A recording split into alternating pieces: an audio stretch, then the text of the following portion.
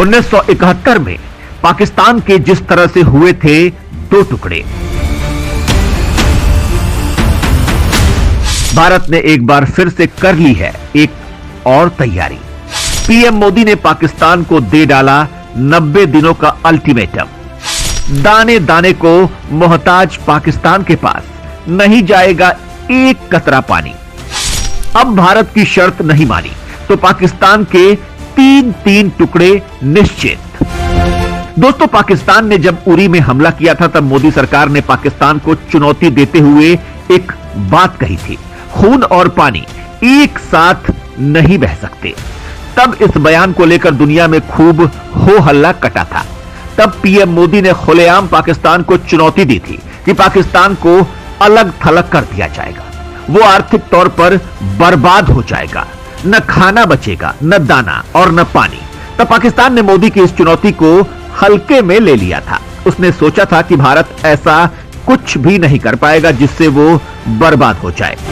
उसने सोचा कि सैनिकों की शहादत का बदला सर्जिकल स्ट्राइक से लेकर हिंदुस्तान शांत हो गया है, लेकिन अब पाकिस्तान एक एक रोटी का मोहताज है और आम पाकिस्तानी अगर पानी के भरोसे जिंदा है तो उसका भी भारत ने इलाज कर दिया है। भारत ने एक और हंटर मार दिया है पाकिस्तान की छाती पर। जी हां, भारत ने पाकिस्तान को 1971 की तरह ही फिर से तोड़ने के लिए भयंकर रणनीति तैयार कर ली है। मोदी सरकार ने इतिहास में पहली बार पाकिस्तान को 90 दिनों का अल्टीमेटम दिया है और पाकिस्तान ने भारत की शर्त नहीं मानी तो उसके एक नहीं बल्कि तीन टुकड़े कर दिए जाएंगे। और यह बात मोदी सरकार ऐसे ही नहीं बोल रही है, बल्कि इस बात के पुख्ता प्रमाण हैं जो ये बताते हैं कि वास्तव में पाकिस्तान के फिर से टुकड़े कर सकता है भारत। ये हम आपको वीडियो में बताएंगे। सबसे पहले आपको ये बताते हैं कि भारत ने पाकिस्तान को किस तरह से 90 दिनों का अल्टीमेटम दिया है और ये अल्टीमेटम आखिर है क्या। पहली बार पाकिस्तान को भारत ने दिया अल्टीमेटम। 90 दिनों में पाकिस्तान को माननी होगी भारत की शर्त। दोस्तों, पाकिस्तान जिस तरह से बर्बाद हो रहा है उन सबके बीच उसके जीने का एक ही सहारा है और वो है सिंधु नदी का पानी। लेकिन दोस्तों, भारत ने अब जो हथौड़ा मारा है, यकीन मानिए पाकिस्तान में भूचाल आ गया है। यूं मानिए कि भारत ने पाकिस्तान की आर्थिक बदहाली के बीच कब्र खोदने वाला काम कर लिया है और उसकी शुरुआत सिंधु जल समझौते से हो गई है। सवाल है कि सिंधु जल समझौता क्या है?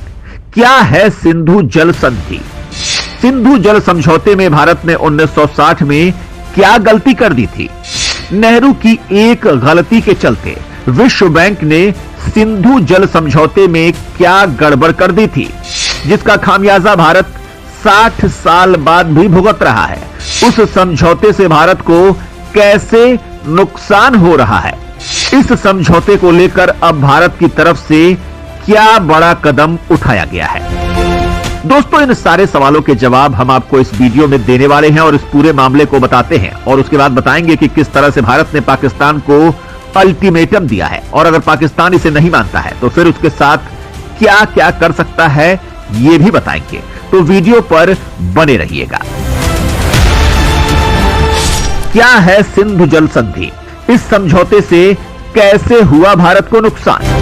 दोस्तों, सिंधु जल संधि भारत और पाकिस्तान के बीच पानी के बंटवारे की वो व्यवस्था है जिस पर 19 सितंबर 1960 को तत्कालीन भारतीय प्रधानमंत्री जवाहरलाल नेहरू और पाकिस्तान के राष्ट्रपति अयूब खान ने कराची में हस्ताक्षर किए थे।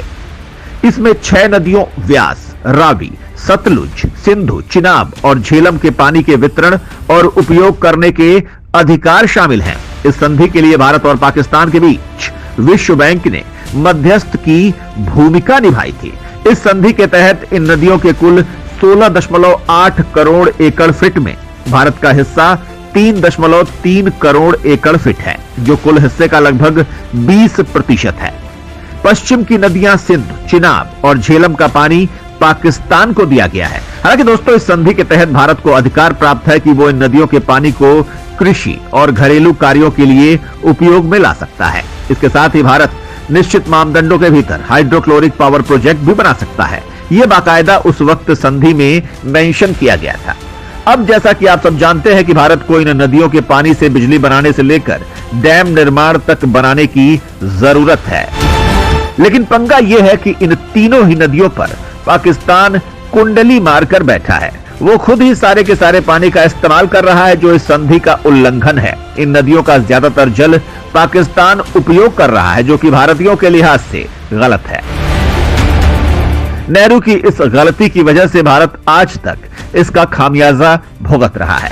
ये समझौता ही नहीं होता अगर नेहरू ने ये गलती नहीं की होती और अधिकतर पानी भारत के ही काम आ रहा होता, लेकिन बिना कारण ये समझौता किया गया और उसके बाद पाकिस्तान ने अपने रंग दिखाते हुए 1965 में भारत के विरुद्ध ही युद्ध छेड़ दिया था। ये सांप को दूध पिलाने वाला काम साबित हुआ। उसके बाद नेहरू को भी अपनी गलती का एहसास हुआ, लेकिन फिर पछताने से क्या लाभ। लेकिन अब मोदी सरकार पाकिस्तान को सबक सिखाने के लिए इस सिंधु जल समझौते को फिर से रीओपन करने का फैसला किया है और मोदी सरकार ने पाकिस्तान को 90 दिन का अल्टीमेटम दिया है। अब आपको यह बताते हैं कि इस अल्टीमेटम में क्या है। पाकिस्तान के पास केवल 90 दिन का समय, फिर शुरू हो जाएगी भारत के हाथों पाक की बर्बादी। दोस्तों, आज पाकिस्तान के हालात बद से बदतर हो चले हैं।